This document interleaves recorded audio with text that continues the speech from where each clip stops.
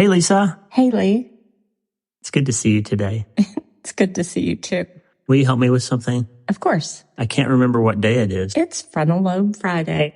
Good morning, my friend. Dr. Lee Warren here with you, and it is Frontal Lobe Friday. Listen, I have a couple of announcements. One, congratulations to Emily from Florida, Ellen from Connecticut, and Kim from Texas. They are the three winners of J. Warner Wallace's incredible book, The Truth and True Crime. If you haven't heard the episode from Monday, had a great conversation with Jim Warner Wallace, J. Warner Wallace, about his incredible new book, The Truth and True Crime. You should check it out. And congratulations to Emily, Ellen, and Kim, who are going to receive a free copy of the book from Zondervan, the great folks who published that book. And please go back and listen to that episode. It was a great conversation about worldview and truth and why Christianity makes sense if you follow the evidence. Just a tremendous, tremendous conversation with Jim Warner Wallace. And I cannot recommend that book highly enough. Secondly, I got in the mail yesterday the Thai translation of my book, I've Seen the Interview. So grateful now that I've Seen the Interview has been translated into German, Italian, and Thai. It's such an honor to know that people in those countries who speak those languages will be able to read that book and find some hope in the way that people handle hard things. So very, very grateful for that. Today, we're going to go back in time, and I'm going to give you the very first Frontal Lobe Friday episode back. We've got a bunch of new listeners.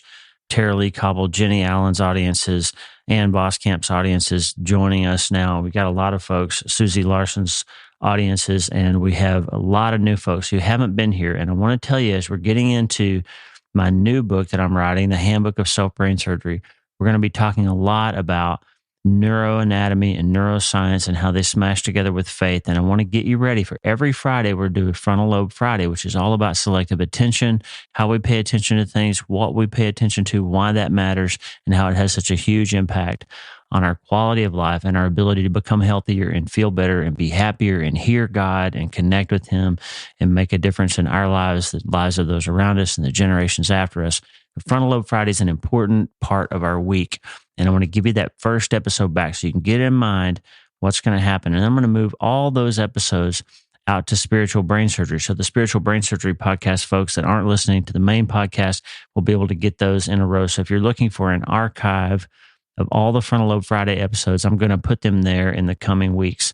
And there'll be some episodes you can go back and listen to all these Frontal Lobe Friday conversations that are so important. Today, I've got two incredible interviews that are going to show up on the podcast in the next few weeks. Dawson Church and my professor, mentor, who gave me an opportunity to become a neurosurgeon, Dr. Joseph Maroon, going to be on the show. We're going to have a great talk about legacy and the shoulders we stand on, and you're going to enjoy that. And I'm talking to Dr. Dawson Church about genetics and epigenetics and energy medicine and all these amazing things that he writes about. And you're going to love that conversation too.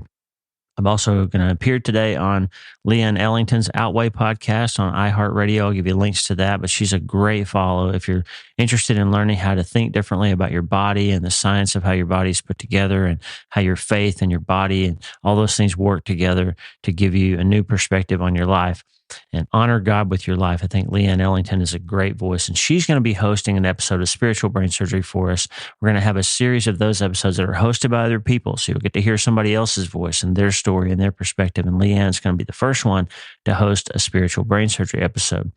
So a lot of cool stuff coming up. But today, if you're new around here, welcome. I'm going to introduce you to what we talk about on Frontal Lobe Friday, and if you've been around before, please listen to this episode again because it's going to help you get your mind on right about what your frontal lobes are designed for, why God gave them to you in the first place, and why you're the only thing that He created that has the ability to think about one thing and not the other when you decide to.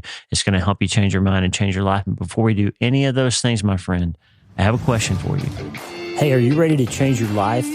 If the answer is yes, there's only one rule. You have to change your mind first. And my friend, there's a place where the neuroscience of how your mind works smashes together with faith and everything starts to make sense. Are you ready to change your life? Well, this is the place, Self-Brain Surgery School.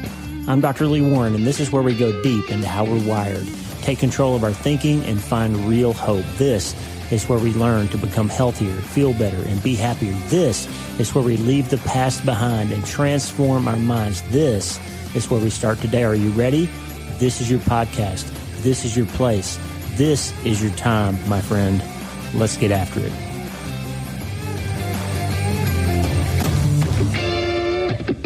been trying to sort of write a new intro for the show as we get close to season 9. Season 9 is going to be all in on the neuroscience side, neuroscience and faith smashing together, how we make all this stuff work.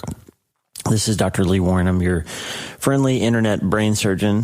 Not really internet brain surgeon. I'm an actual real-life brain surgeon, but you probably know me more in the context of reading my books and listening to the podcast, and I hope you're getting my newsletter, drleewarren.com, wleewarrenmd.com. You can sign up for the newsletter.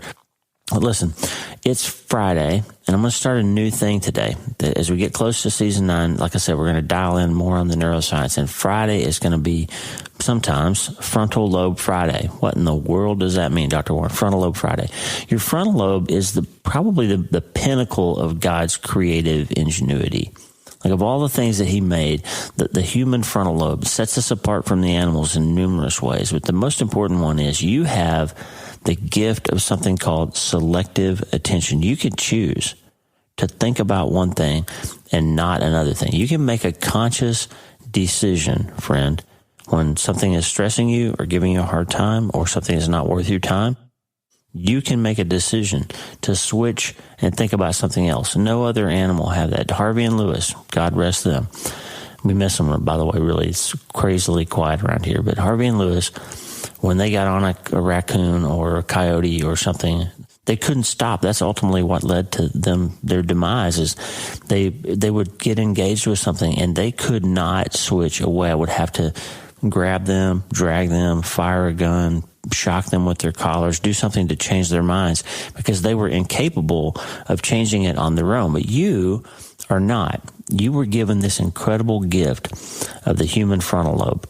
And the frontal lobe allows you to make an executive decision.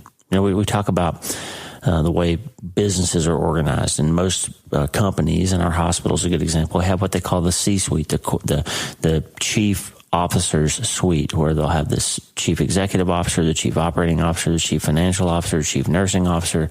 All those people, the chiefs, the C's, are in the suite of all those offices, and they're in charge of the business of that organization, right? And in big companies, it's often the top floor, like the suite of the executives up there, right?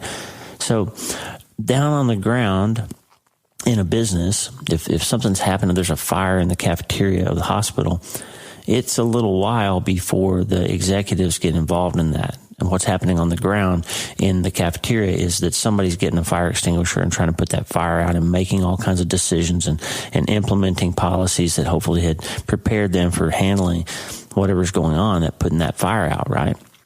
But the business of what's happening acutely, immediately on the ground isn't directly under the control of the executives, right?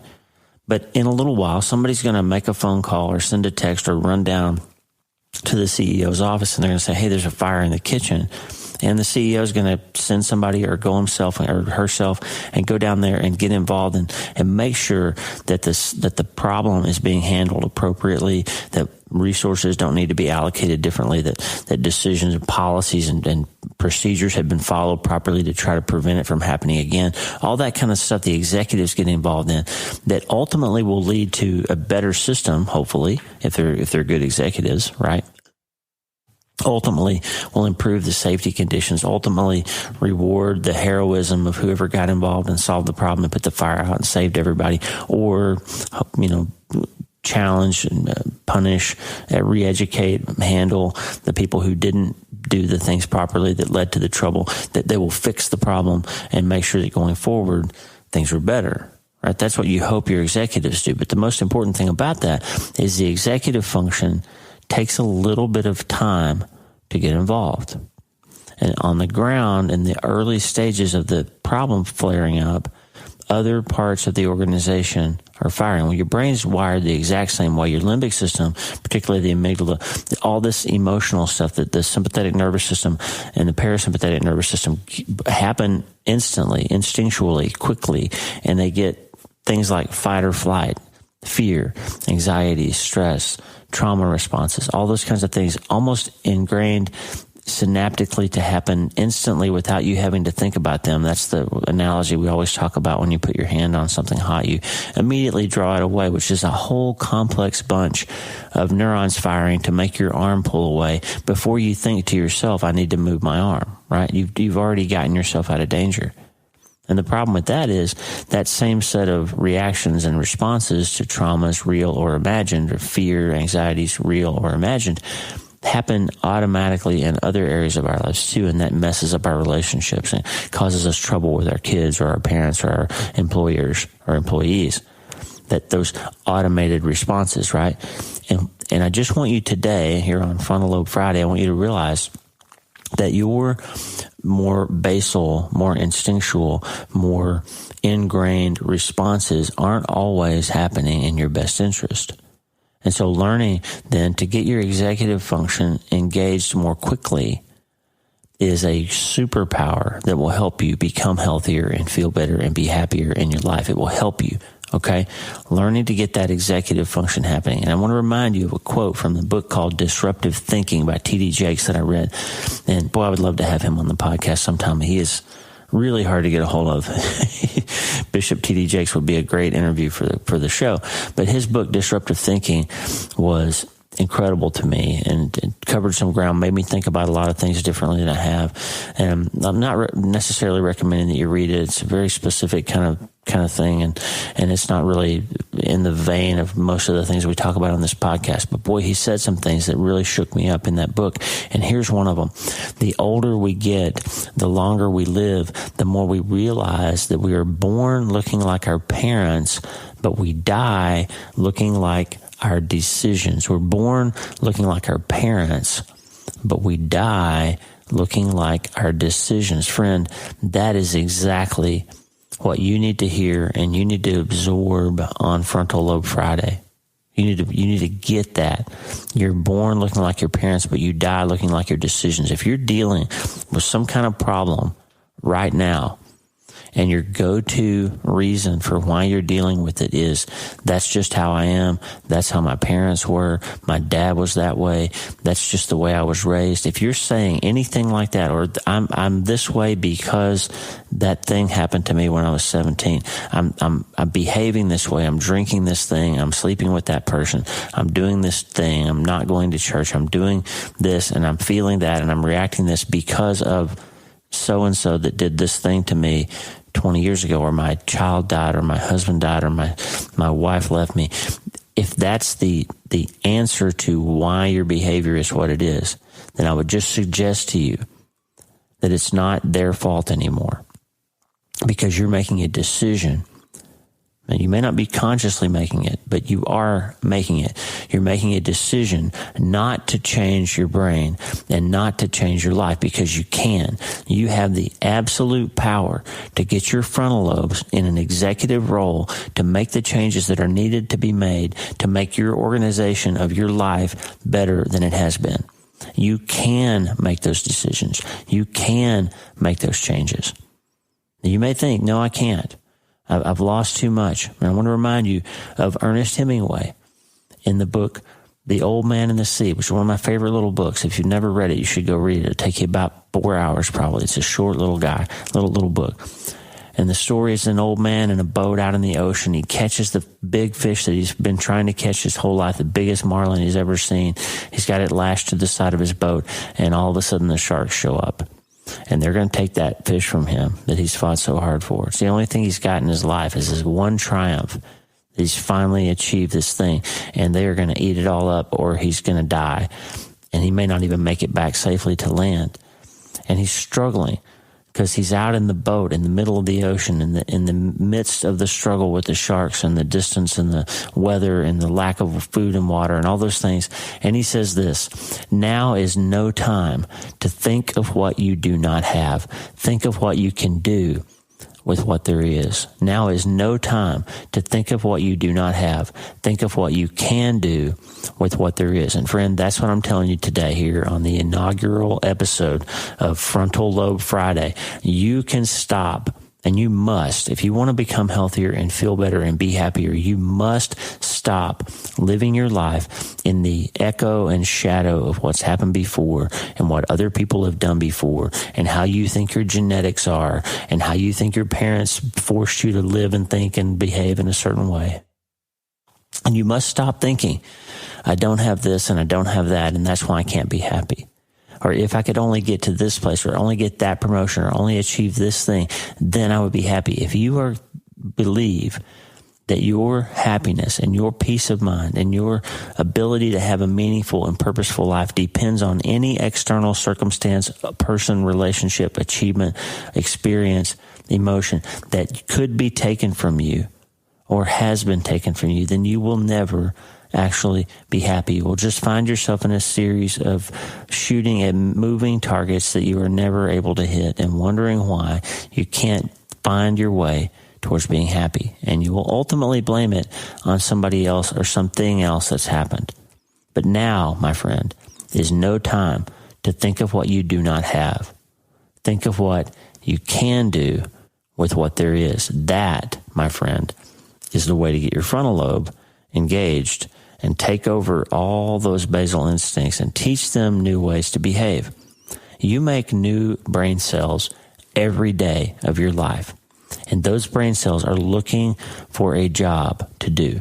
They're looking for a pathway to be wired into because neurons that fire together wire together. And your job as the CEO of your own life, and please, please, please accept the title of the CEO of your own life. Now understand, even CEOs answer to somebody higher. Okay, so I'm not saying you're the God of your own life. I'm not saying that, because if you have it right, if you're doing things properly, you're going to be in submission to the Lord, and He's going to help you live the life that He designed for you, and that's going to make you even happier and even more whole and aimed at the purpose that you were created for. So I'm not saying be the God of your own life. Don't hear me saying that. But the CEO answers to the board. Okay, the CEO answers to the shareholders, and you, if you're the CEO of your own life, you answer to the Lord, and He's going to help you be better at managing your own life. Okay, so when I say that, just understand the context in which I'm saying it. Your frontal lobe is the executive of your brain and your mind, and your brain and your mind control what your body does, and your body controls what your life looks like. Okay. And now we know from epigenetics and neurobiology and interpersonal neurobiology that the things you think about change the way that your brain behaves, and that changes how other people experience you and changes their brains too through mirror neurons. And you are actually incredibly influential in the life and success of other people around you, and in the genetic changes and markers that get expressed in your children and your children's children and your children's children's children. That's the basis of generational curses. It's also the basis of generational blessings. And you can be in charge of deciding that it's going to stop with you or start with you to get better. Okay? I want to tell you, if you really want to tune in to your spirit and start hearing things that are better than this is just how I am, or this is how it's always going to be, or I can't make this happen because I'm just fated and genetically coded to be this way, I want you to understand God has a different story for you. How do you hear Him? Jesus is what God sounds like. Pete Greig said that in his incredible book, How to Hear God. If you're wondering why you're not hearing God, the first thing to do is cuddle up to places where He definitely is, and that's in the Word. He's already given you a lot of His own words. And Jesus is what God sounds like. So get to know Him. That's going to give you some tools, some toolkit, some prehab to handle the things that you think about when you're going through something hard, okay? And that's going to allow you to get your frontal lobe involved and learn how to do that thought biopsy and put that little space in between the stimulus and that immediate, hey, I got to put this fire out, and hey, maybe I should call the CEO and find out what I need to do next before I make a decision that might be the wrong one after I get the fire out, okay? Think about getting your executive team on board. Let those smart neurons help you make better decisions so that you can stop dying looking like your decisions if they're not good ones. Okay? Look like better decisions. I'm rambling just a little bit, but I want you to dial it in with me as we get close to the conclusion of this episode. Your brain is wired to help you make pathways that automate decisions, feelings, and behaviors so that you don't have to use as much brain power to think about them. That's why you can drive to work after a few days to a new job without having to think about all the turns, and you can instead start thinking about the audiobook you're listening to or the radio. You don't have to think about all the stop signs and all the turns and all the lights and changing lanes and all those things, because your brain will wire that in over time as something that you can do without having to expend a lot of mental energy on it. So remember, be kind to yourself. Be trauma-informed towards yourself. Remember not what's wrong with me, but what happened to me gives you insight, not excuses, about how you can move forward from now. Because what got you here to this place where you're listening to this podcast and wondering how you can make things better and wondering if you can really test out some better opportunities to live differently in the future this September as we're examining ourselves, then also be patient with yourself, because neurologic damage in my patients, when they have a spinal cord injury or brain injury, the first thing I tell them is be patient. These wounds take a long time to heal. Your spinal cord takes a long time to get better. It doesn't happen overnight, so be patient with yourself. And love your brain and understand the way it's wired, and that you are given this gift of the frontal lobe that nobody else in all of creation has. You can decide what you're going to think about. And Paul says in Philippians chapter 4, hey, if you're unhappy, if you're anxious, if you're stressed, then maybe think about some different stuff. Maybe change what you think about first. Maybe just spend a little time getting your brain on some different things. So if you're stressed, if you're worried, if you're concerned, if you're anxious, then hear these words from the Apostle Paul from 2,000 years ago. Do not be anxious about anything, but in every way, in every situation, by prayer and petition with thanksgiving, present your requests to God, and the peace of God, which transcends all understanding, will guard your heart and your mind in Christ Jesus. Finally, whatever is true, whatever is noble, whatever is right, whatever is pure, whatever is lovely, whatever is admirable, if anything is excellent or praiseworthy, think about these things. That's what's going to help you, friend. Change your mind. You'll change your life. Take control of that beautiful frontal lobe that you have. Stop using your past as an excuse and enable instead a new pathway forward, because what got you here won't get you there. On this Frontal Lobe Friday, we're going to change our minds and we're going to change our lives. We're going to grab a hold of the power of directed neuroplasticity. We're going to rewire our brains and start understanding that it doesn't have to be the way it's always been, but we do have to start today. Hey, thanks for listening. Please subscribe to the show so you automatically get every episode. And if you like the show, you'll love my weekly letter. Check out my writing at drleewarren.substack.com, drleewarren.substack.com. Get the free newsletter every week for my best prescriptions for becoming healthier, feeling better, and being happier through the power of faith and neuroscience smashing together via self-brain surgery. drleewarren.substack.com. And if you need prayer, go to the prayer wall at wleewarrenmd.com/prayer. The theme music for the show is Make Us One by Tommy Walker, graciously provided for free by the great folks over at TommyWalkerMinistries.org. Check it out and consider supporting them. TommyWalkerMinistries.org. Remember, you can't change your life until you change your mind, and the good news is you can start today. I'm Dr. Lee Warren. I'll talk to you soon. God bless you, friend. Have a great day.